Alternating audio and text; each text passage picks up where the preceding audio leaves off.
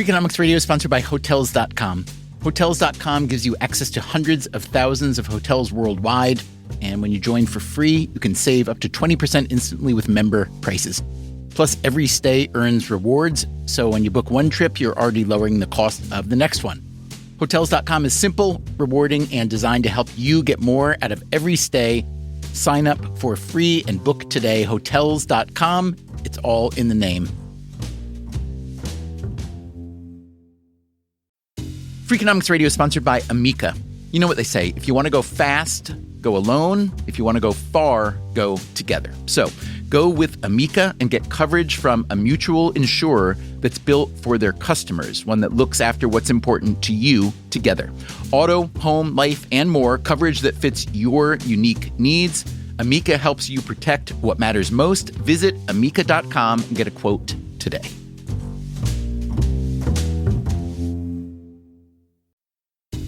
Freakonomics Radio is sponsored by Mint Mobile. Ditch overpriced wireless with Mint Mobile. Cut your wireless bill to $15 a month at mintmobile.com/freak.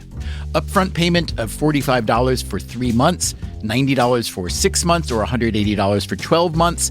Plan required, $15 per month equivalent. Taxes and fees extra, initial plan term only. Greater than 50 gigabytes may slow when network is busy, includes up to 20 gigabytes hotspot. Capable device required. Availability, speed, and coverage varies. See mintmobile.com.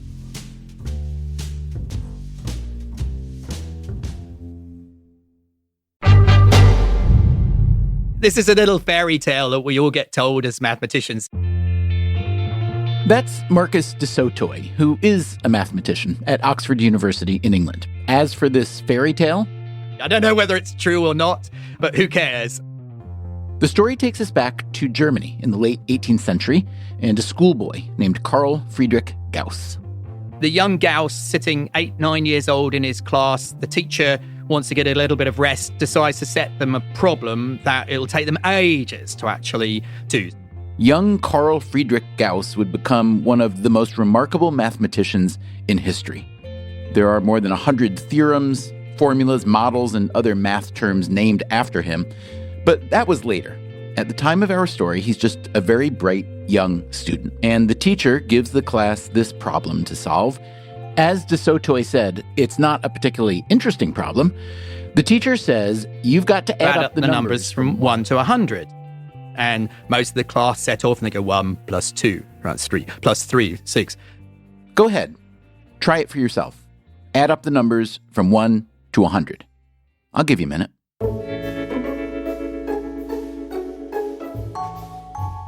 Are you done? If not, then you are quite a bit slower than young Gauss. Carl Friedrich Gauss immediately writes down a number on his chalkboard, slams it down on the desk, and says, there it is. And the teacher thinks he's being impudent, but looks down, sees, but that's the correct answer. How did you get that so quickly? You may be thinking, well, Gauss is plainly a math prodigy, so he just added up the numbers in his head really fast. That's not what he did. According to the story, here's what Gauss told his teacher. And he said, look, the rest of the class, they're all starting at the beginning and just plodding on through this journey. I combined the beginning and the end of the journey. So 1 plus 100 is 101. 2 plus 99 is also 101. 3 plus 98, 101. So you've got 50 pairs of numbers adding up to 101. So that's 50 times 101, which is 5,050. If the teacher came back and tried to give him an even greater challenge, okay, what about the numbers from 1 to 1,000,000? That'd be taking the rest of the class ages. This is the power of a shortcut. It doesn't matter what number, the way of thinking will get you to the answer. The power of a shortcut. What sort of power are we talking about here? And is it a power we really want?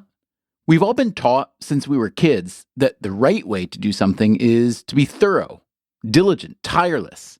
You've probably heard the saying, there are no shortcuts in life. What if that saying is way wrong? Marcus du Sautoy believes it is.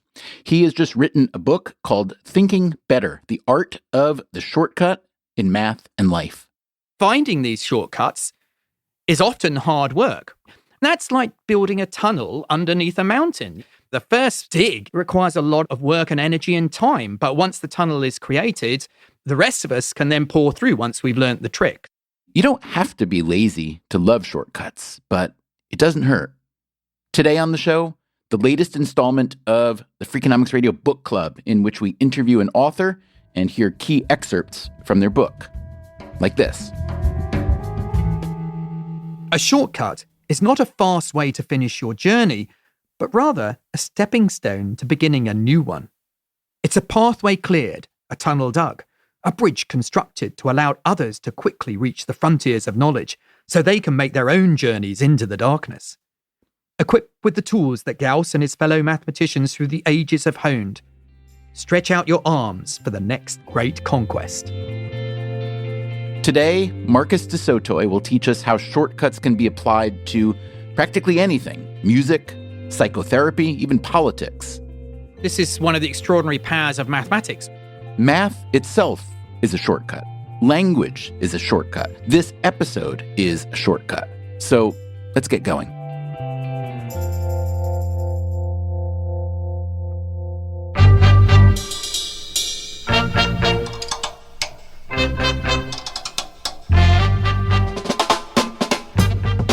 This is Freakonomics Radio, the podcast that explores the hidden side of everything, with your host, Stephen Dubner.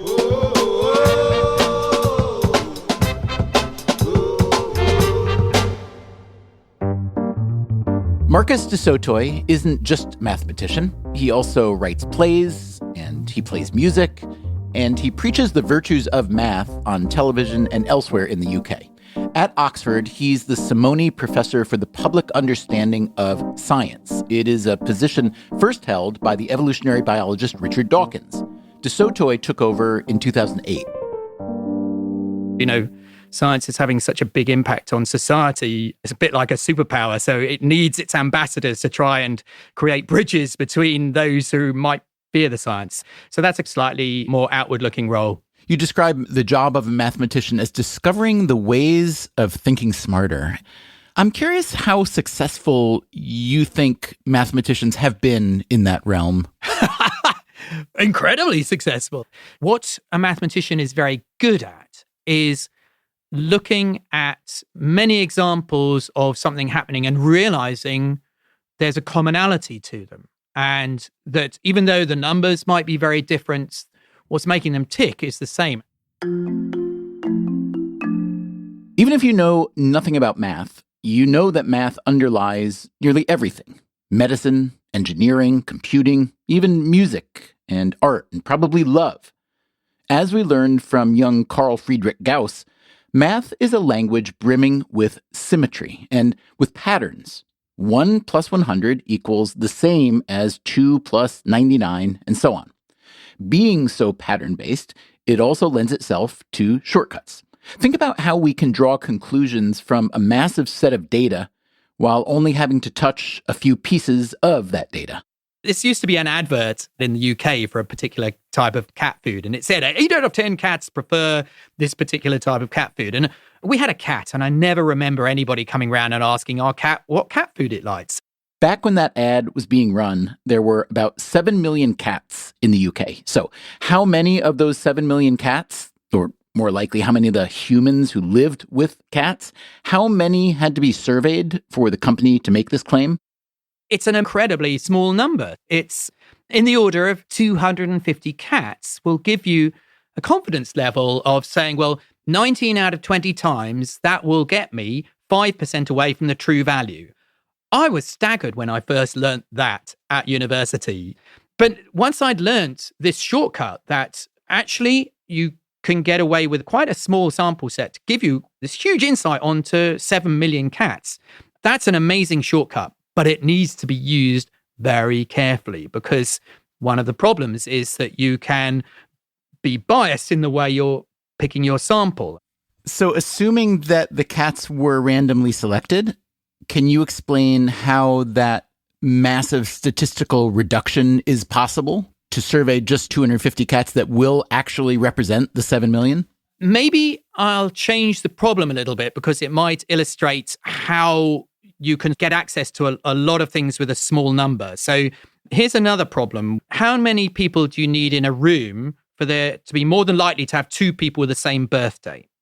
Now, to start with, you might say, well, hold on, that must be a huge number. What you don't appreciate is, oh, no, actually, I'm asking about all the ways of pairing people up. So the number of different pairs that I can create with 23 people actually covers over half the possible birthdays in the year.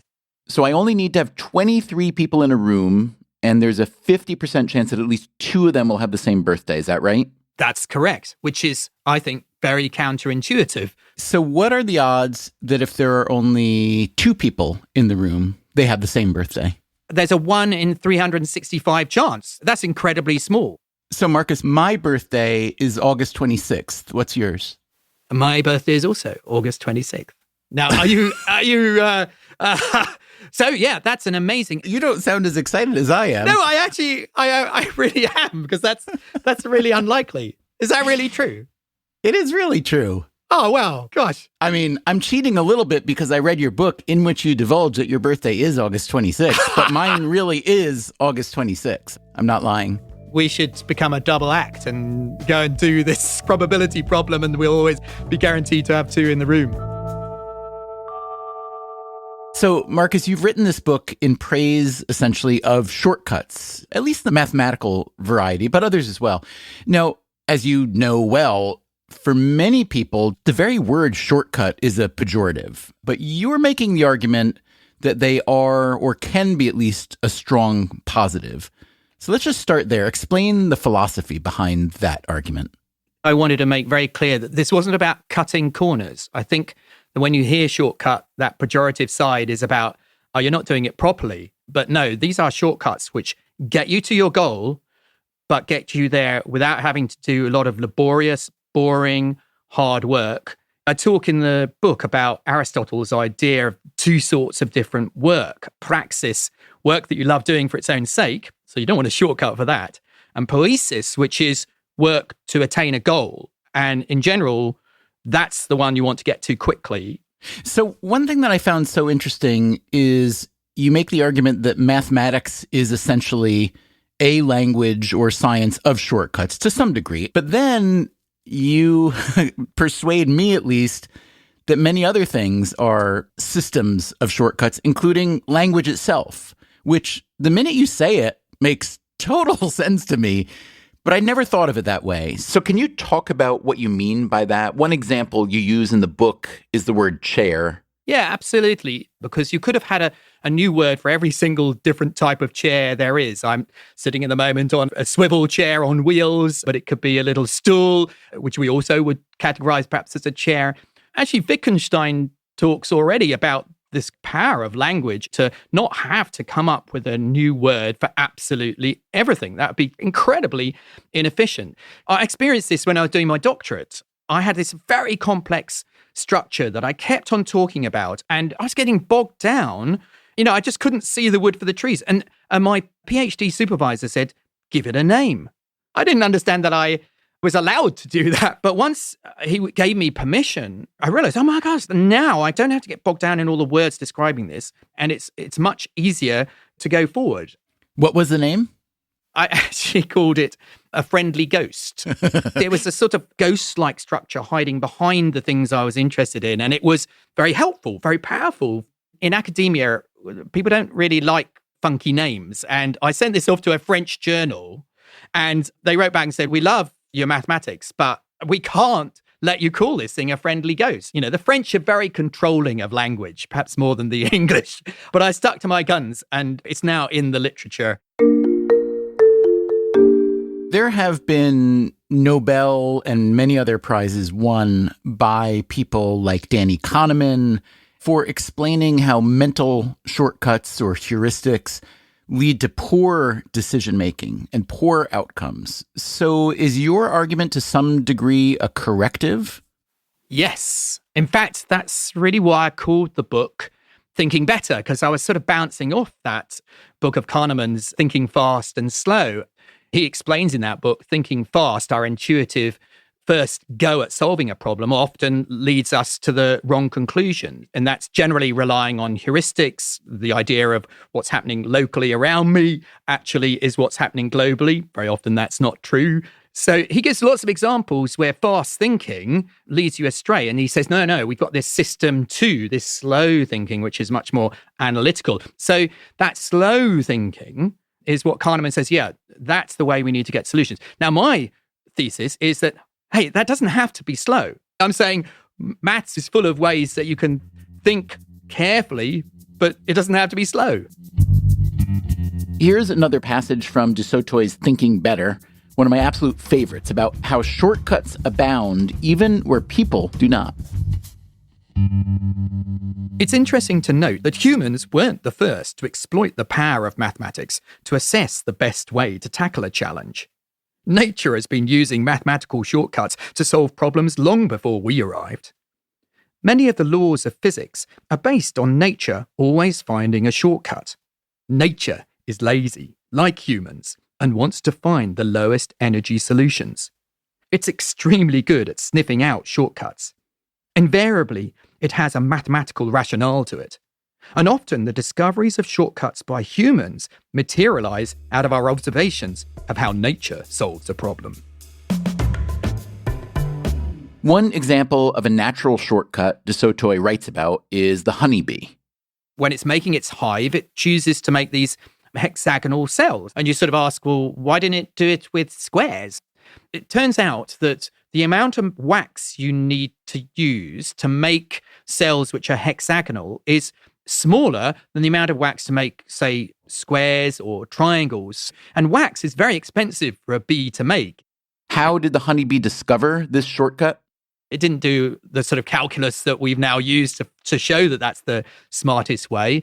It used a kind of evolutionary process. The bees that made the hexagons were the ones that survived better.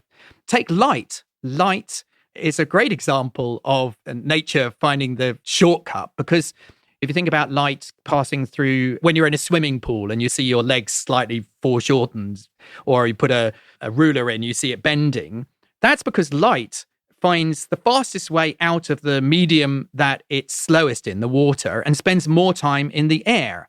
You might say, well, that's extraordinary. So how does it know? And that is actually exploiting quantum physics to try out all of the possibilities, and then it collapses into the shortcut solution, the fastest way out to get to the destination.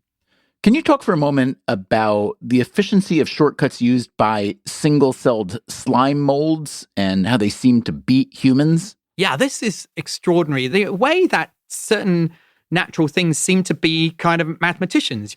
This slime mold, which is tasked with trying to find its way through a maze. One example is they laid out stations where the Tokyo Underground went, and they were interested, what's the best way to connect up all of these train stations? And to represent the train stations, they put this little bit of food, which slime mold likes. And sure enough, after a while, it had settled on a wonderful kind of network through all of the stations in Tokyo, and it had replicated the most efficient way to connect up these stations. The same with ant colonies, terribly clever at eventually finding these very efficient paths to food and things. But Marcus, what's the lesson we should take away from the slime mold story? Because one could imagine a conclusion whereby, humans are stupider than slime mold, which I think we would agree on most dimensions is probably not true.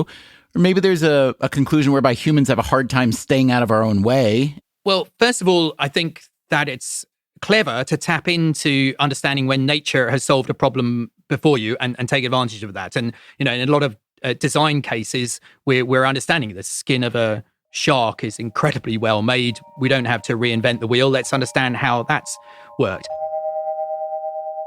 Shark skin, we should say, is a rough surface that's patterned with grooves and ridges that make it hard for microorganisms to attach themselves. It is being used as a model to create similar surfaces in hospitals and elsewhere to cut down on microbial infections. But there is also a little word of caution you need to use when looking at the slime mold, because there are cases where you can set out where the stations are, and it won't come up with the most efficient way to do it. What happens is that the slime mold sort of gets stuck in what we call a local minimum. I think that's where we humans are sometimes much better at looking at the overall picture and seeing, oh no, you've got stuck. And that's the amazing thing with machine learning and AI, because there's a similar principle at work there, that very often the AI works by moving around a landscape of possibility, and sometimes it can get stuck in these local minimums that it thinks is the most efficient solution. And one of our skills is actually forcing it to sometimes take a step out of where things are getting worse to actually explore the terrain to see whether there might be even more efficient places to settle on. Many of the problems we try to solve today as a society are inherently difficult to solve. That's why they still exist. So one thing I've noticed is that when clever people do solve difficult problems, they often redefine the problem they're trying to solve. What I mean is they focus on the root cause of the problem, which many others have perhaps overlooked, since it's easier to fix the symptoms of that root cause. And solving the symptoms doesn't necessarily even address the root cause. But if you can redefine the problem and address the root cause, at least you may have some options. With that in mind, I'm curious, do you see, Marcus, in the world that there are categories of problems for which there are viable shortcuts and those for which there are simply not? Yes. And I would say this is one of the extraordinary powers of mathematics, to look in on itself and understand its limitations. So we have this extraordinary case of problems that we don't know yet that they don't have shortcuts, but we believe that by their very nature, the problem cannot avoid having to go through all the hard work of trying all the different possibilities. And an example of that is something that people may have heard of, the traveling salesman problem.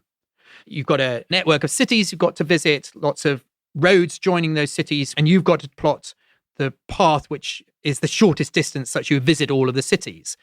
Now, you might say that sounds perfect for a mathematical algorithm that just looks at the network and then spits out very quickly the shortest path. But we actually think this is a problem where there's no way you can avoid just having to try all the different paths that are possible. And if someone happens to hear this and is able to solve it, they should know there's a sizable sum of money attached to solving this problem, correct? Exactly. I guess it makes me think there are three categories of people, at the very least. Those who successfully create shortcuts through a lot of effort, those who may use a lot of effort but fail to create shortcuts, and then the rest of us who just let people like you, mathematicians, work really hard to come up with shortcuts that we can then exploit. So is there any hope that we, the laity, can actually come up with our own shortcuts? Or do we really need to leave that to professionals like you? No, I think there is an opportunity for people to come up with shortcuts. You need to be immersed in this world of different ways of thinking, trying to put the beginning and the end of the problem together, or lifting yourself out of the landscape, looking from above to see what's going on. My book is trying to move people from sort of category 2 person to category 3 that says, okay, but somebody's done all of this work. I'm just going to sit back and take advantage of it. But I'm hoping that a little bit of the category 3 we can push over to category 1. What share of category 3 do you think you could realistically get over to category 1? Half of 1%? I was going to say actually 10%. Oh, you're so optimistic. I love that. I am an optimist. And I think once people start to see the power of thinking in this mathematical way, often it doesn't require you knowing a lot of technical mathematics. It just requires you taking a step backwards, understanding that there are some clever techniques. Coming up after the break, what is the greatest shortcut ever invented? And could shortcuts help politicians do their jobs better? I'm Stephen Dubner. This is Freakonomics Radio. Be right back.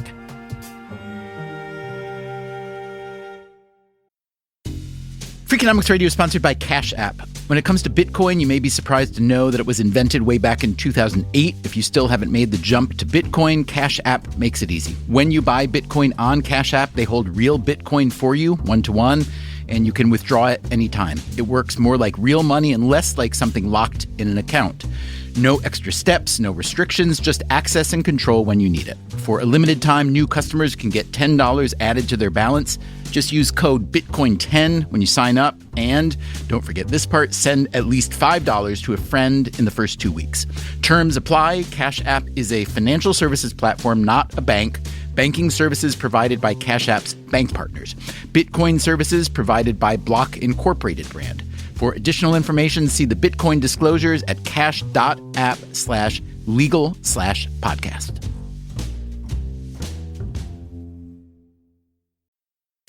Freakonomics Radio is sponsored by Figure. Did you know that 40% of homeowners own their home outright? If that's you, don't let your equity sit idle. Tap it with a home equity line of credit.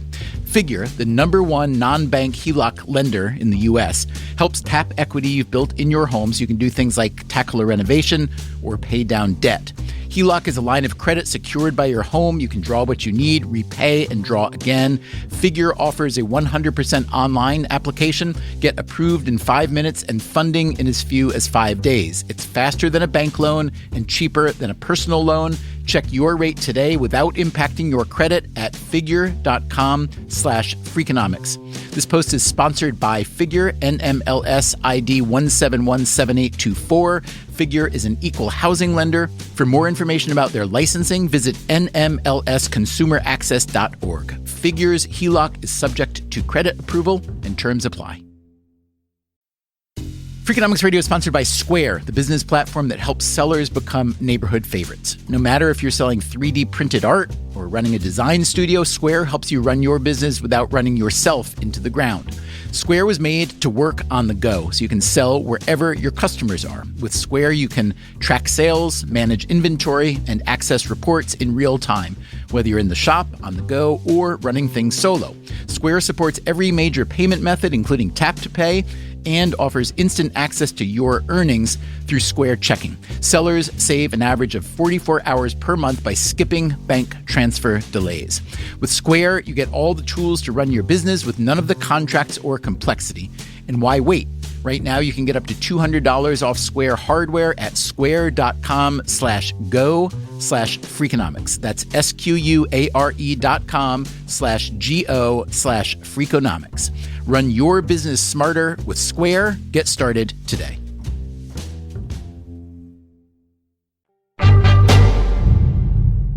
The Oxford mathematician Marcus du Sautoy is a bit of a Renaissance man.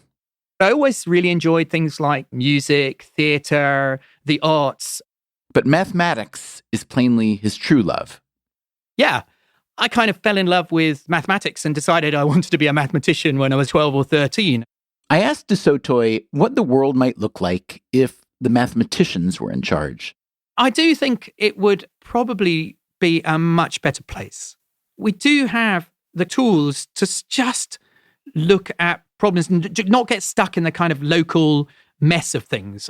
You know, would there be war, for example, if mathematicians were running the show? I don't think so, because I think that it comes down to understanding that there's more to gain if we collaborate rather than if we compete with each other.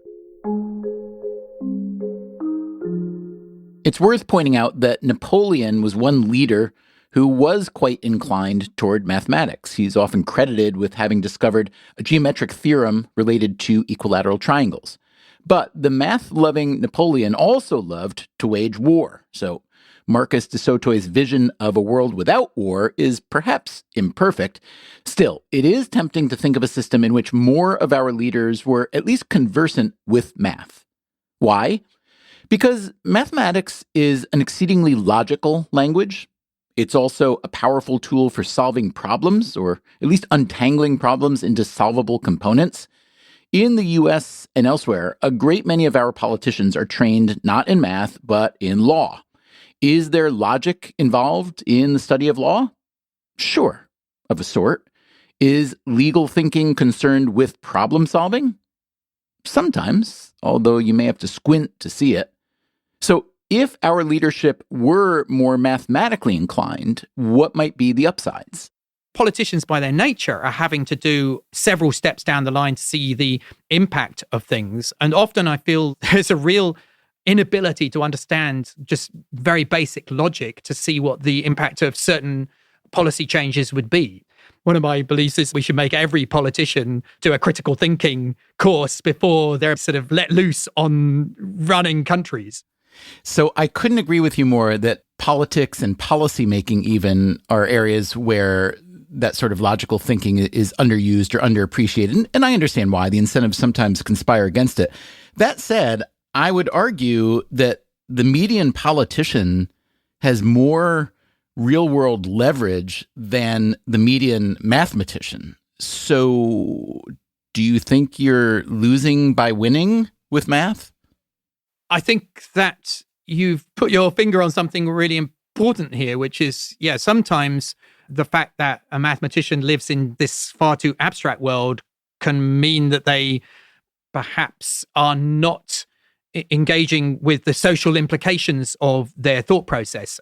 I'm not saying that mathematicians or scientists should be running the world. There are decisions that are less scientific in nature. For example, making decisions about legalizing drugs. The evidence is really very strong from a data perspective to legalize drugs. However, I understand that there are other political issues that need to be taken into account in making that policy decision. I think we've seen that very clearly with the pandemic, that it's a team effort, and politicians, certainly in the UK, have been talking a lot about we're following what the scientists do, but that's not really true. They certainly are taking into account the scientific insights, but ultimately this is not just about the science. There's an economic realm to put this in, there's a social realm to put this in, and that is what the top politicians are tasked with, is taking all of these components and making a policy decision. When I think about the work that you do in mathematics and the many people who've come before you for centuries creating a language of shortcuts, it's basically resulted in the fact that I don't personally need to know any math at all to do quite well in life and to use all the math that you and your predecessors have come up with. And therefore, also, there's no incentive for me to engage in your dark art of mathematics. So do you see it as a case where shortcutting has gone too far, where it takes a realm like mathematics and removes it from the arsenal of too many people? We've been too successful and done ourselves out of being part of society. Well, I think, first of all, it's actually really useful to know the power of mathematics as a tool. For example, one of the shortcuts I talk about is calculus. Now, I'm not expecting everyone to suddenly do a first course in calculus because that's quite technical, but... Yeah, and don't worry, we're not going to, no matter how much you might expect. Oh, shucks. Okay. But knowing what it can do, that if you're running a business, that calculus can really hone in on that sweet spot between supply and demand, price, that is really useful. So, we need some mathematicians in our team who've got these tools, but otherwise you're going to be sunk just trying things out and making a lot of mistakes. The engineer is nervous of shortcuts because, they don't want to cut corners. They need that building to stand, the bridge to cross the river.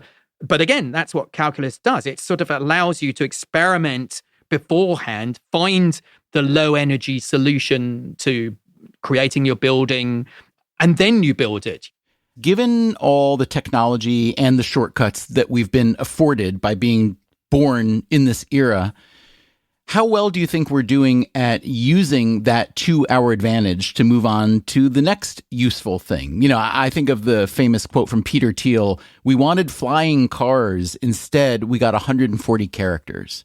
So that's a little bit reductive to say that all of technology, all of mathematical shortcuts have been reduced to just Twitter alone. But you see his point. Do you think that our rate of progress using these shortcuts is sufficient, or are we kind of coasting? I've not got such a negative view of the progress that we're making. We're in a very interesting stage where artificial intelligence may be taking a lot of work away from us. And obviously there's a lot of fear about that. But I think this is a very potentially very positive moment where, again, we can get it doing the work we're really not interested in doing. So we free ourselves up for the work that we do want to do. I type in a search term into Google and magically there's the website. I could have wasted hours and hours trying to find that website.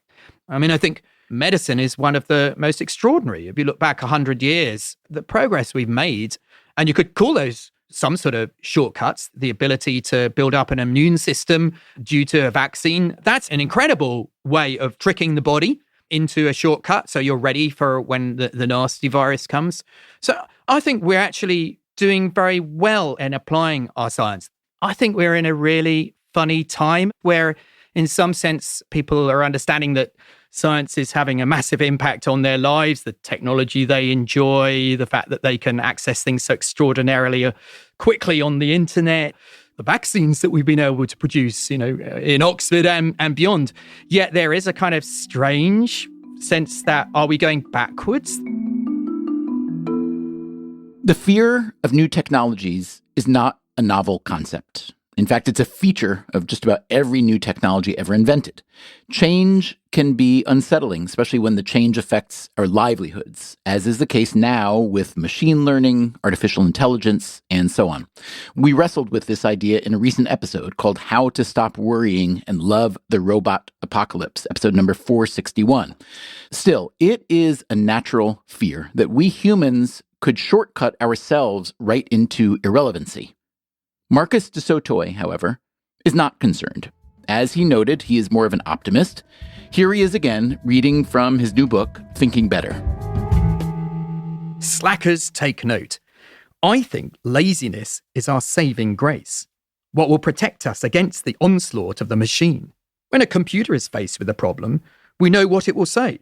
Well, I've got these computational tools, so I can just bash my way through the problem. But I often look at a problem and think, this is just getting too complicated. Let me try to step back and figure out a shortcut. Because a computer doesn't get tired, and it's not going to be lazy, maybe it will miss things that our laziness takes us to. Because we don't have the ability to plow right through problems the way a computer would. We're forced to find clever ways to handle them. So reading your book, it struck me that the greatest shortcut ever invented is maybe the internet, because it operates along a couple of really important dimensions, speed and reach. So tell me whether you agree or disagree. And what I really want to get to is what you see as the upsides and downsides of this massive shortcut we've all been handed. I think for most people, it is being used as a shortcut. And perhaps this is a good example of one of the shortcuts I talk about in the book, which is the wisdom of the crowd. We've seen this being used very powerfully in science at the moment with citizen science projects. For example, in Oxford, we have this wonderful project called Galaxy Zoo, which is looking at all of the images that telescopes have taken of the stars out there. We don't have enough PhDs and postdocs to be able to look at all of these images. So very cleverly, they created this citizen science project where even an amateur can classify galaxies as spiral or elliptical. And I would say that, the most successful examples of the internet working, things like Wikipedia, are taking advantage of the fact that we've got multiple people building this extraordinary space. Let me ask you about a very practical and policy-related category of shortcut, and that's the one practiced by firms like Uber and Airbnb who build businesses around models that are kind of illegal or quasi-legal at best. And, there's this old saying, it's easier to ask forgiveness than to get permission. So what's your assessment of the shortcuts used by firms like that? It was, in some sense, a shortcut that I recognize in mathematics as well, because sometimes the breakthroughs happen from breaking the rules. And you can get very stuck inside a particular system, a way of thinking. And in order to find a new path, the secret passage, sometimes you have to break the rules. And the one I rather like is when we came up with a new number, the square root of -1, an imaginary number. At first sight, you say, well, there isn't a number which when you square it equals -1. And for centuries, people just wouldn't admit this number into the canon of mathematics. But we broke the rule and said, why don't we try? Let's just try something, see if it works, and then maybe we can change the system. What were the long-term benefits then of using imaginary numbers? One of the most extraordinary is that when we were trying to land planes using radar, it turned out the computers just weren't fast enough to do the calculations if we just used normal numbers. But when we then exploited the power of imaginary numbers, which seems sort of illegal because, where are these numbers? Actually, it allowed us to do the calculations much more quickly. And so we understood where the planes were. We were able to land them, whilst if you didn't use imaginary numbers, the planes would have crashed. Math doesn't make moral judgments. People do. Some people may find that a firm like Uber creates so much value for consumers that it's perfectly fine that they skirted the law to do so. Others may feel that laws aren't meant to be broken and that the slope becomes very slippery when you start weighing the value of a law against the utility of breaking it. And let's not forget, there are hard problems where even breaking a law won't help. Here's one last excerpt from Thinking Better. Sometimes it's just as important to know when there are no shortcuts to the problem you're trying to crack. Knowing that the long way around is the only way to your destination will prevent you from wasting time in the hope of finding the shortcut. And if you're going to do all the work, then it's worth knowing that you're not wasting your time. Most problems we try to solve likely lie somewhere in the middle, where a shortcut may help, but the attainment of said shortcut is itself a lot of work. I talk to a cellist, an international cellist that I know. I'm learning the cello at the moment, and I was desperate for some shortcuts to be able to play the Bach suites, which is my ultimate goal. Now, she said there are some shortcuts, but on the other hand, to physically change your body to be able to play these pieces, that requires hours and hours of practice to get your muscle memory going. Yet she did identify shortcuts that she uses, which is seeing patterns on the page, which she knows how to play already because often they're scales or arpeggios, which is why we get a musician to practice their scales and arpeggios, because those will be shortcuts. When you suddenly see this in a Bach passage, it's like reading. You don't have to read every letter. I see a word. So there are shortcuts there, even for somebody like a musician. So your book includes a brief section on whether shortcuts can be useful in psychotherapy. And we should say that your wife is a psychologist. Yes. And the focus of what you write is on cognitive behavioral therapy, which many, many, many in the field of psychology have hailed as one of the few true breakthroughs in psychology as both pragmatic and short-term. So you seem to become very excited about the possibility of shortcuts in this realm, but then you seem to become a little bit disillusioned with the realization that the human psyche is complex and dynamic enough to maybe reject that type of shortcutting that might work in other realms. So I'm curious where you land on that. Yes, I think that depends on the problem you're facing. This is a message that applies to many of the shortcuts. So I talked to Susie Orbach, who's a psychologist, and she had this nice way of describing some of the problems that people are facing. It's hard to learn a language. It's even harder to unlearn a language. My first language is English. Imagine trying to unlearn English. And so that's the point. Some people, when they're coming to therapy, have got such entrenched ways of thinking from experiences they've had in childhood that you're fundamentally having to change the way the brain works. So there are some cases where you cannot shortcut the time on the couch that you're going to need to reset the brain. However, there are some modalities where being aware of what your thought process is already enough to short circuit the algorithm which was always sending you into depression. You're sort of stuck inside the system of the way you're thinking. What CBT often helps you to do is to take a step up and look at the way that thought process is happening and understand the trigger which always sends you down into depression. Let me ask you one last question. I wonder if you can help me come up with some shortcuts for how we make Freakonomics Radio, because I love it, but it's very labor intensive. So it starts with an idea, and then there's research. The producers will do a lot of research to find the appropriate guests and stories, and the producers will produce preps for the interviews, and I'll read those preps and I'll do my own research. We do the interviews, we transcribe them, then we take all that, we draft a script, we edit and rewrite the script, we record it, we re-record, we fact check, we score it with music. And even though there are, I'm sure, thousands of shortcuts built into this process, we use computers for everything, and that's wonderful. The labor intensivity doesn't seem to change that much. And it's not like the quality is necessarily improving either.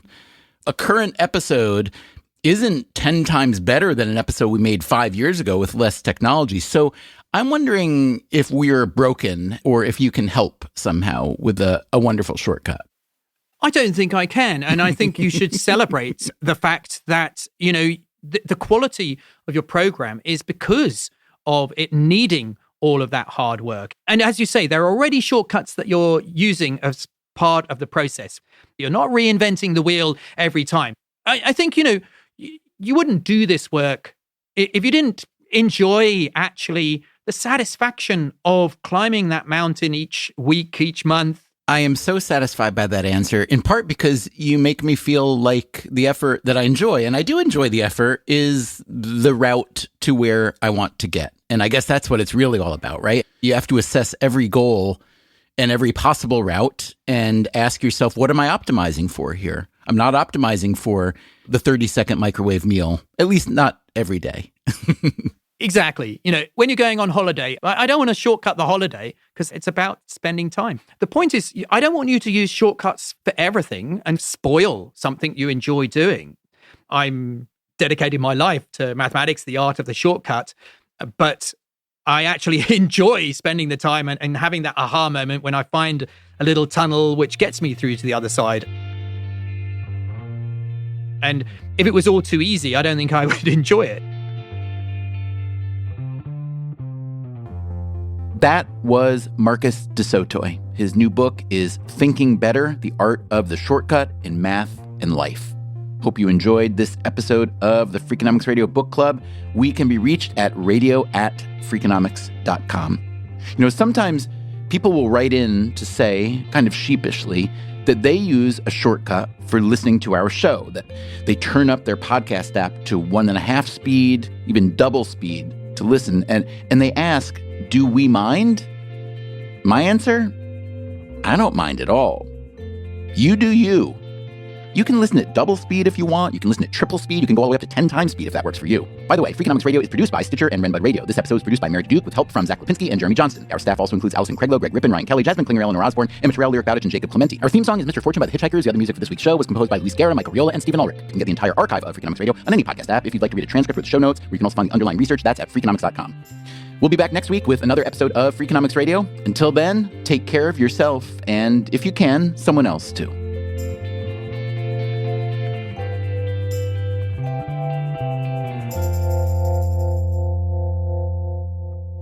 My brain has been spilled out onto your tapes, so I hope you can put it together in a coherent way.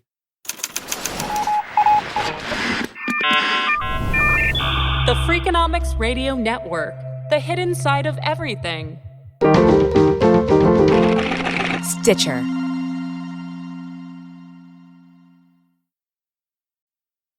Freakonomics Radio is sponsored by Ozempic. Innovation happens through rethinking what's possible, and when it comes to GLP-1s, Ozempic pill does just that. Learn more about Ozempic semaglutide tablets, 4 and 9 milligrams, by calling 1-833-OZEMPIC or visit Ozempic.com to view the medication guide and ask your doctor what's possible with FDA-approved Ozempic pill.